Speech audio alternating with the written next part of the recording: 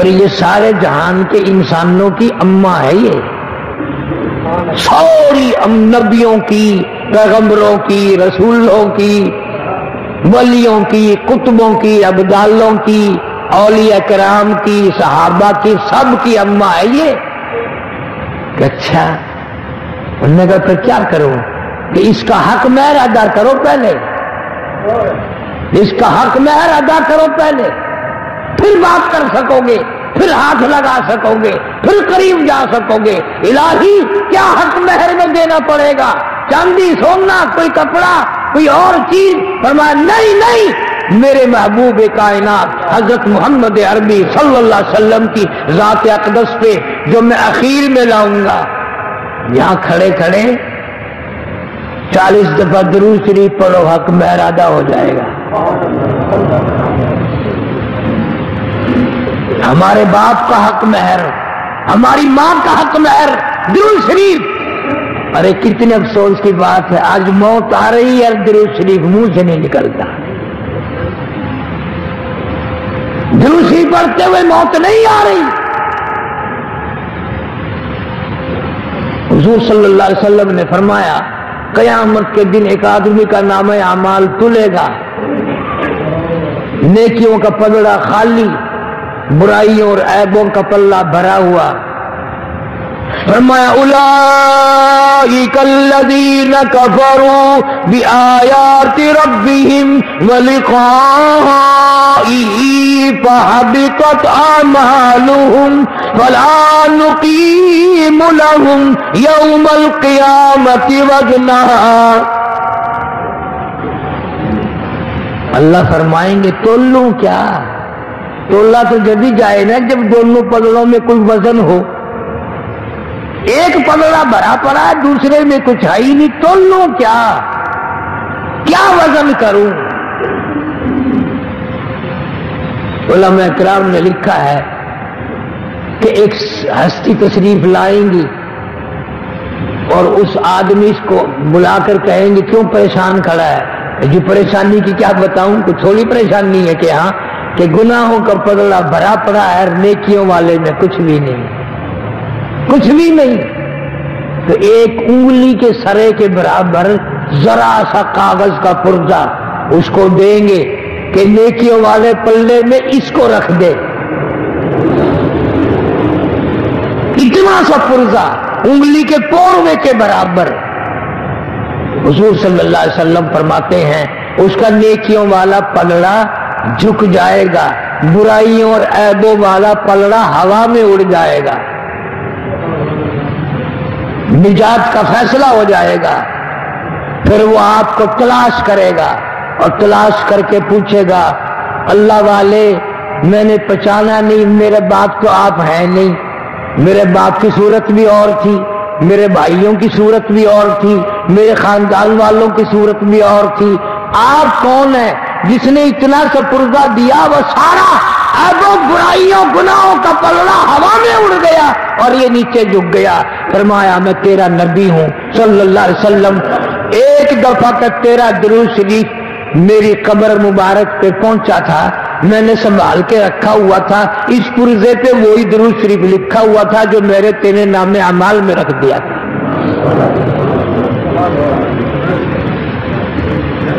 آج کیا قدر ہے تمہیں درود شریف کی اور نبیوں کی، عیسیٰ علیہ السلام کی؟ کسی کو قدر ہی نہیں. سونے چاندی کی قدر معلوم ہے، مکان دکان کی قدر معلوم ہے، قرآن کی اور انبیاء علیہ السلام کی قیمت کون جانے.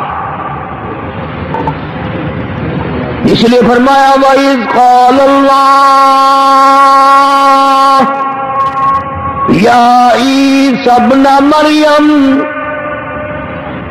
يَوْمَ يَجْمَعُ اللَّهُ الرُّسُلَ فَيَقُولُ مَاذَا أُجِبْتُمْ قَالُوا لَا عِلْمَ لَنَا إِنَّكَ أَنْتَ عَلَّامُ الْغُيُوبِ.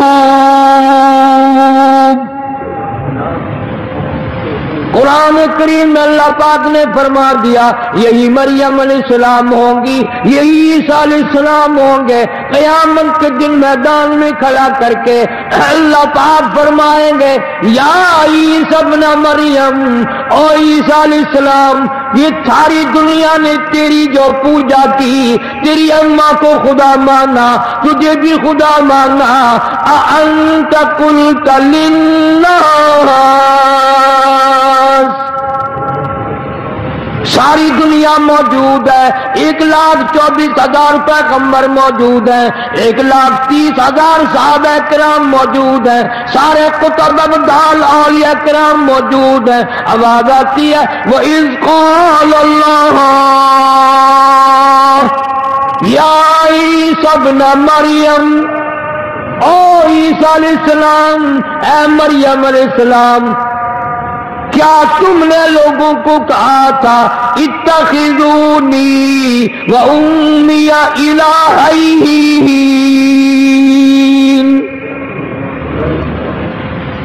کیا تم نے کہا تھا کہ ہمیں خدا کا شریک بنانا، مجھے خدا کا بیٹا بنانا؟ مریم کہو تم نے کہا تھا اس دنیا کو کہ مجھے بھی خدا مان لو، من دون اللہ، اللہ کے سوا۔ اللہ پاک جلال میں ہوں گے، جو پیغمبروں سے بھی پوچھ گچھ کر رہے ہیں کھڑا کر کے، خدا کے غضب کا ڈر دیکھو، اس کے قہر کا ڈر دیکھو۔ عیسیٰ علیہ السلام یہ نہیں کہتے کہ نہیں صاحب میں نے نہیں کہا، بلکہ جواب میں فرماتے ہیں قال سبحانک، قال سبحانک، میرے اللہ تیری ذات پاک ہے، تو پاک ہے، ما یکون لی ان اقول ما لیس لی بحق، میں ایسی بات کیسے کہتا جو میرے منہ سے جچتی بھی نہیں، میرے منہ سے ٹھانڈی نہیں۔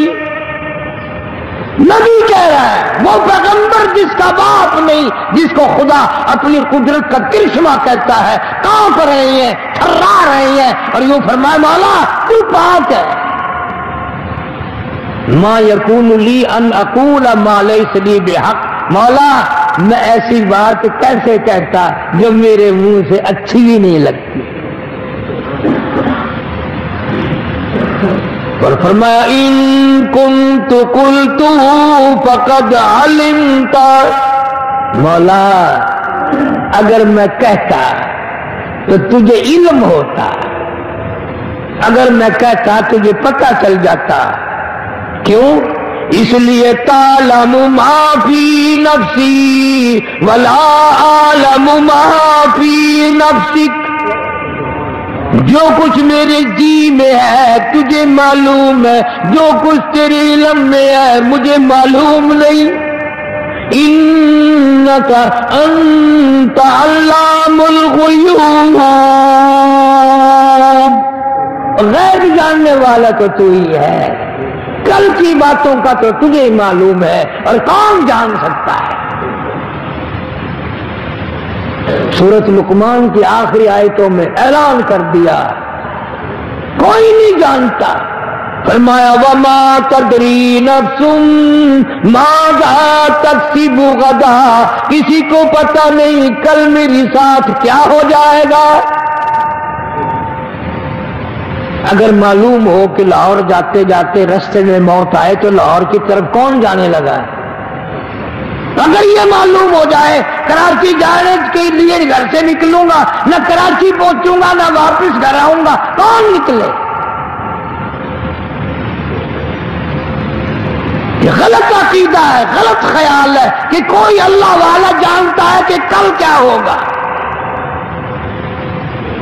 کوئی نہیں جانتا۔ خدا کی بات پکی یا لوگوں کی بات پکی، خدا کہتا میرے سوا کوئی نہیں جانتا۔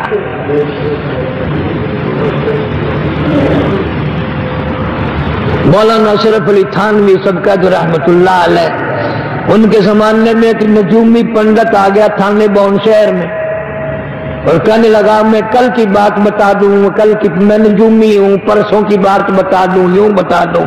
کسی نے حضرت سے ذکر کر دیا کہ جی ایسے ایسے کر کے پنڈت جی اعلان کر رہے ہیں۔ اور میں پکڑ کے یہاں لے آؤ، بلا لیا۔ اور پنڈت جی کیا بات ہے؟ کہنے لگا جی نجوم علم پڑھا ہوا ہوں میں، کل کی بات بتا دیتا ہوں۔ اللہ والے کے پاس ایک ڈنڈا رکھا ہوا تھا سوٹا، اٹھا کے یوں فرمایا کہ یہ سوٹا نظر آ رہا ہے آپ کو؟ کہ جی ہاں۔ کہ بتاؤ یاد کہ یہ سر میں لگے گا کہ نہیں؟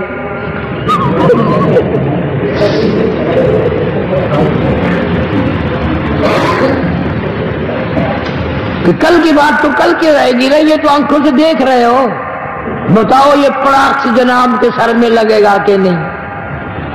اب وہ سوچا پنڈت اگر نہ کروں گا پڑاخ مار دے گا، اور ہاں کروں گا تو پرے کو رکھ دے گا۔ وہ کہنے لگا حضرت اس کا تو پتہ نہیں چلتا۔ فرمایا جب آنکھوں سے دیکھ رہا ہے ڈنڈا، اس کا پتہ نہیں، کل کا تجھے کیسے پتہ چل جاتا ہے؟ اور ہمارا جتنا ان لوگوں پہ ایمان ہے قرآن پہ نہیں۔ مان جاؤ اتنا قرآن پہ نہیں۔ جو آدمی گند میں لچھڑا ہوا بے ہوش پڑا ہے اس سے غیب کی خبریں پوچھیں گے، قرآن سے نہیں پوچھتے غیب کی خبریں۔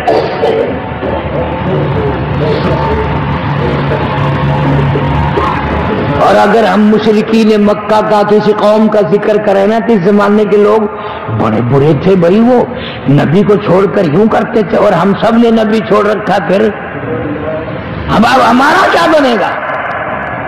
فرمایا وما تدری نفس ماذا تکسب غدا، کسی کو پتہ نہیں کل کیا ہو جائے گا۔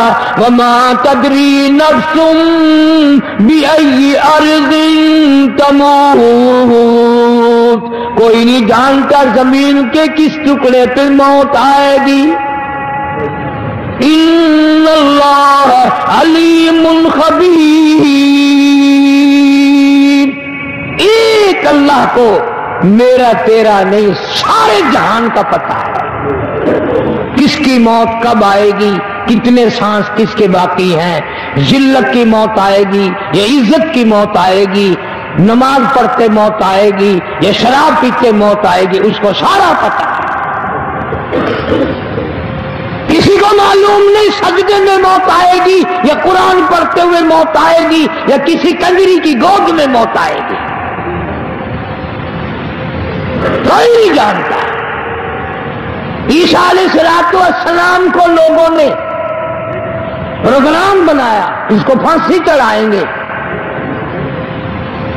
کمرے میں بند کر دیا، مشورہ کیا کون جائے گا پھانسی چڑھانے کے پکڑنے کے لیے۔ وہ جو لینے کے لیے کمرے میں سے بلانے گیا نا، قوم ساری پھانسی چڑھانے کے لیے تیار کھڑی ہے۔ اب وہ جو کمرے میں عیسیٰ علیہ السلام کو لانے کے لیے گیا، پکڑ کر باہر لانے کے لیے گیا، قدرت کا کرشمہ دیکھو، وہ اس پہ قادر ہے کہ اللہ پاک نے اس لانے والے کی شکل تو عیسیٰ علیہ السلام کی بنا دی، اور جبریل امین کو حکم دیا کہ میرا پیغمبر ہے، میرے کالی کملی والے کی خوشخبری دینے والا ہے، میں نے اس کو اپنی قدرت کی نشانی بنا کر پیدا کیا ہے۔ مریم علیہ السلام بھی نیک، اس کی ماں بھی نیک۔ جبریل کو حکم دیا کہ اس کی چھت اکھاڑ کر عیسیٰ علیہ السلام کو اٹھا کے آسمانوں پہ لے جا۔ خدا سب کر سکتا ہے۔ ہمارا عقیدہ ہے کہ عیسیٰ علیہ السلام آج بھی چوتھے آسمان پہ زندہ ہیں۔ اب وہ جو بلانے گیا تھا نا وہاں عیسیٰ علیہ السلام تو اس کو ملا نہیں، خود آیا تو شکل عیسیٰ علیہ السلام کی، قوم نے پکڑ کے اسی کو پھانسی لگا دیا۔ آج تک عیسائیوں سے یہ مسئلہ حل نہیں ہوا کہ اگر ہم نے عیسیٰ علیہ السلام پھانسی لگا دیا تو وہ اپنا بندہ کہاں گیا؟ اگر وہ عیسیٰ علیہ السلام بن گیا تھا تو پھر اپنا بندہ کہاں؟ اور اگر اپنا بندہ عیسیٰ علیہ السلام کی جگہ ہم نے پھانسی لگایا پھر عیسیٰ علیہ السلام کہاں؟ اور جو کسی کی سمجھ میں آ گیا وہ خدا ہی کیا ہوا؟ خدا تو وہ ہے جو کسی کی عقل میں نہ آئے، سب سے اونچا، سب سے بڑا، جو عقلوں کو پیدا کرنے والا ہے وہ ہے خدا۔ عیسیٰ علیہ السلام کی شکل اللہ پاک نے کیوں بنائی اس بندے کی؟ اس امت کو سمجھانا تھا کہ پیسوں کے لیے ایسی حرکتیں نہیں کیا کرتے. چلو ساری قوم گناہگار ہوتی، سارے پکڑ کے لاتے، سارے پکڑنے جاتے، کوئی ہاتھ پکڑتا، کوئی پیر پکڑتا، کوئی سر پکڑتا، کتنے لوگ گناہگار ہوتے، گناہ تقسیم ہو جاتا. اگر بے ایمان تو سب سے پہلے بڑا بن کر میرے نبی کو پکڑنے آیا ہے، نقد سزا دی، عیسیٰ علیہ السلام کی شکل بنا دی اس کی. وہ جو باہر نکلا ساری قوم چپٹ گئی، انہوں نے کہا پکڑ لو پکڑ لو پکڑ لو، اگر بھاگ جائے گا تو پھر ہاتھ نہیں آنے کا، یہ نبی ہے. ساروں نے اٹھ کر اس کو پھانسی پہ لٹکا دیا. کبھی کبھی اللہ میاں نقل فیصلے فرما دیتے ہیں. ہاں کئی مرتبہ قرآن کہتا ایسا ہوا، ادھر ظلم کیا ادھر بدلا ہاتھ کے ہاتھ. اور کبھی کبھی وہ ڈھیل دیتے ہیں، شاید توبہ کر لے شاید توبہ کر لے شاید توبہ کر لے، کبھی کبھی وہ ڈھیل بھی عطا فرماتے ہیں. اس لیے قرآن